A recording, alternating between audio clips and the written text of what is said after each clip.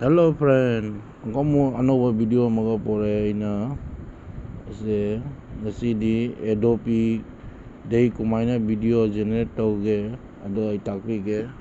Google Chrome hangaga Adobe from Adobe animation from audio Adobe hangaga ne Adobe da from animation to click to se sumaina tholakani tholabaga tujiga background image da size kaya nangi category da dabai ready nangi human tholakani aba human da click to category da dabai raga click to raga human da desa background desa logo jani background daily nangi image upload image da ready nangi desa image labor ado hapa jani tu maning de ina happy sumaina video se khara mai logo select to bakano do khara phajana setting to thamo background layer degi asonda to size lay se size to dabai click to YouTube hayo YouTube da click to short layer siga son side YouTube layer YouTube so short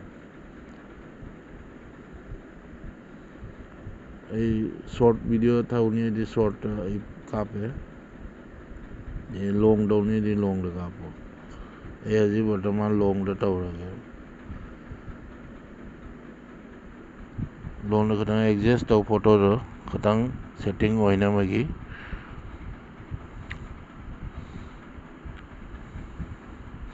siga lay se category lay so sa nangi apamba photo lo jani siga jesa apamba category lay siga human category ma'am ले बने human ले animal ले नंगी जैसा ले बता तू मखारा ये जी वर्तमान अपलोड तो भी रह गया मखारा अपलोड तो रहा तो भी गया ऑडियो दे चलो ये ऑडियो दे से सिलेक्ट हो रहा से सिलेक्ट हो रहा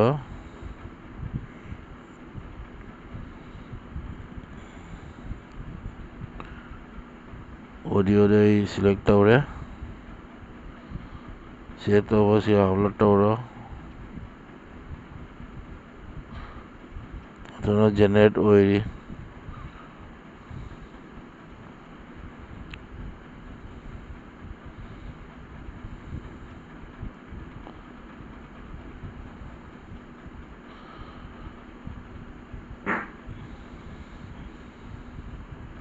जनरेट हो रही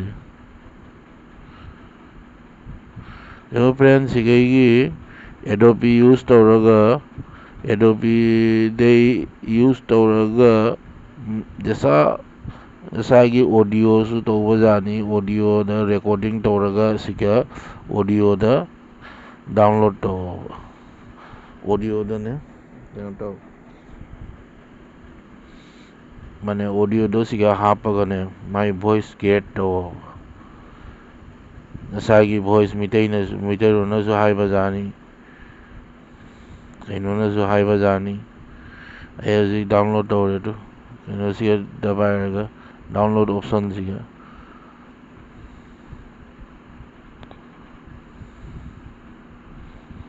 open to 1, 2, 3, 4, 5. Once I got a fish alive. 6, 7, 8, 9, 10. But I let it go again. Why did you let it go? Because it bit my finger. So which finger did it bite? Oh, the little finger on my right. hello friends सुमाइना video से generate तौरगा फजना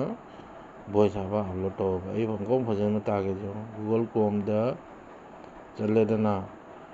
Adobe हांगे दना Adobe Adobe animate from audio se hanga sumai interface thoyadana thoga jemu se tu adakta su yelai tu category background deidi nangi size se hum se layer deidi tu sigelai tu background layer na background da jasa nangi apamba background logo jani deidi tu upload layer size layer tu size da Instagram da hapkani di Instagram ki layer YouTube hapkani YouTube select tau deidi lo short ki su lai ase short video semni short da dabayo deidi se record tu ro bas record na sa ki voice da record to hoya iske dabai baga record to jani sige recording da record to jani browser do lai bodo mathakta do browser da dabai ri na desa kano to record to na tham bodo gallery da ba duga kano do audio da tham bodo ado poraga siya hapkada atei penjemu sonda deidi image laire image select tawjare to siga mathakta nang haji recording tawbodo mathakta record oigani aba to mathakta deidi download option lakani dana duka download tawsalo download tawraga video macha YouTube ta hapajani jasa like ki oiresu rhymes ki oiresu ba kainogi jasa news nasagi news channel semningasu ado without face uttana asiga hapajani ado tu mai se aina hajita tu siga ma recording to idana recording to to ma haji download lawni to site se thoi se siga download oidoni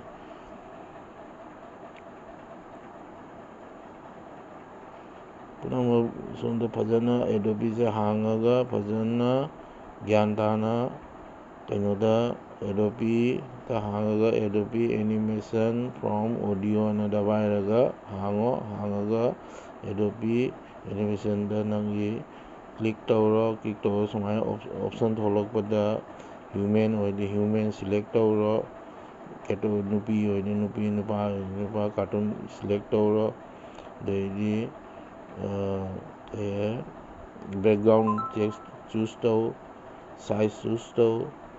deidi tawraga browser da challaga browser mathakta leibeduga dabairaga audio da chalo file da lawraga duga select tawraga video generate taw